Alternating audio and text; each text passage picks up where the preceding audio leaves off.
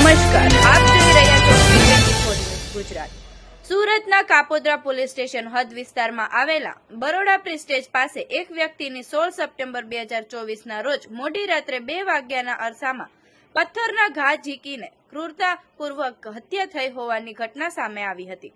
આ સમગ્ર ઘટનાને લઈને કાપોદ્રા પોલીસ સ્ટેશનમાં હત્યાનો ગુનો પણ દાખલ થયો હતો। ત્યારે સુરત ક્રાઇમ બ્રાન્ચની ટીમ દ્વારા હત્યાના ગુનામાં આરોપીની સુરત રેલવે સ્ટેશન પાસેથી ધરપકડ કરવામાં આવી છે।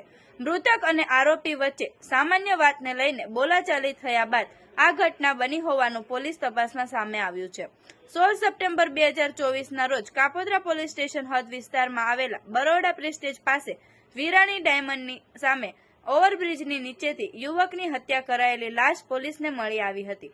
પોલીસની તપાસમાં સામે આવ્યું હતું કે મૃતકનું નામ અરવિંદ રાઠોડ છે અને કોઈ અજાણ્યા ઈસમ દ્વારા પથ્થર વડે અરવિંદને માથાના ભાગે તેમજ મોઢાના ભાગે ગંભીર ઈજા પહોંચાડી તેની હત્યા કરી હોવાનું સામે આવ્યું હતું। આ સમગ્ર ઘટનાને લઈને કાપોદ્રા પોલીસ દ્વારા હત્યાનો ગુનો દાખલ કરવામાં આવ્યો હતો, તો બીજી તરફ સુરત ક્રાઇમ બ્રાન્ચની અલગ અલગ ટીમો પણ આ બાબતે તપાસ કરી રહી હતી। ત્યારે સુરત ક્રાઇમ બ્રાન્ચ અને ટીમને બાતમી મળી હતી કે કાપોદ્રા વિસ્તારમાં થયેલ વ્યક્તિની હતી અને ઘટનામાં આરોપી રેલવે સ્ટેશન આસપાસ ફરી રહ્યો છે। તેથી ક્રાઇમ બ્રાન્ચની ટીમ દ્વારા રેલવે સ્ટેશન પાસેથી આરોપી અનંતો માલ કે જે મૂળ પશ્ચિમ બંગાળનો છે તેની ધરપકડ કરવામાં આવી છે। આરોપી લંબે હનુમાન મંદિર પાસે ફૂટપાથ પર રહેતો હતો। આરોપી અનંતોની પૂછપરછ કરતા સામે આવ્યું હતું કે 16 સપ્ટેમ્બરના મોડી રાત્રે મૃતક અરવિંદ સાથે અપશબ્દો બોલવા બાબતે બંનેને ઝઘડો થયો હતો। આરોપીએ મૃતકને અપશબ્દો બોલવાની ના પાડતા મૃતક અરવિંદ રાઠોડે બેલ્ટ વડે આરોપીને માર્યો હતો।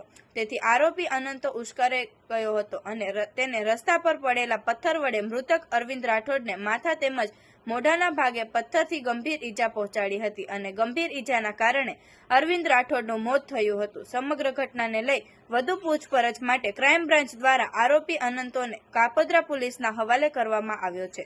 પોલીસની તપાસમાં એવું પણ સામે આવ્યું છે કે આરોપી અને મૃતક બંને છૂટક મજૂરી કામ કરતા હતા અને ફૂટપાથ પર રહેતા હતા।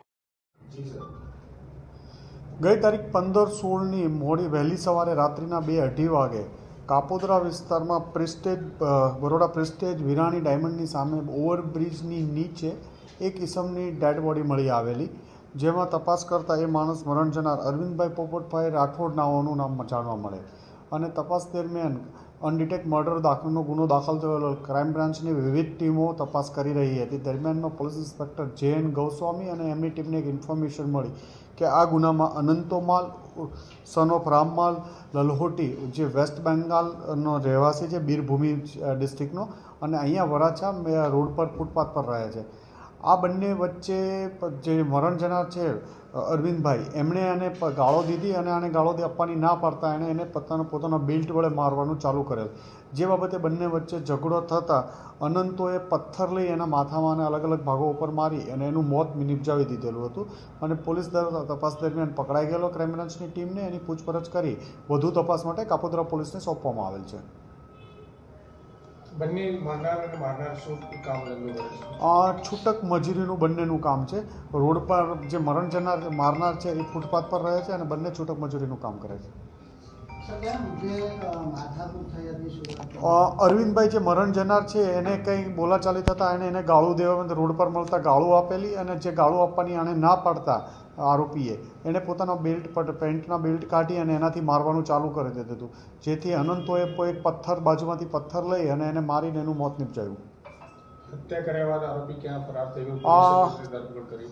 હત્યા બાદ આરોપી અલગ અલગ જગ્યાએ સુરત કપડાં પહેરવેશ બદલી અને અલગ અલગ જગ્યાએ સુરત સિટીમાં જ હતો, જેમાં ક્રાઇમ બ્રાન્ચની ટીમને ગોસ્વામીને બાતમી મળતા એને રેલવે પ્લેટફોર્મ પાસેથી પકડી પાડવામાં આવ્યો।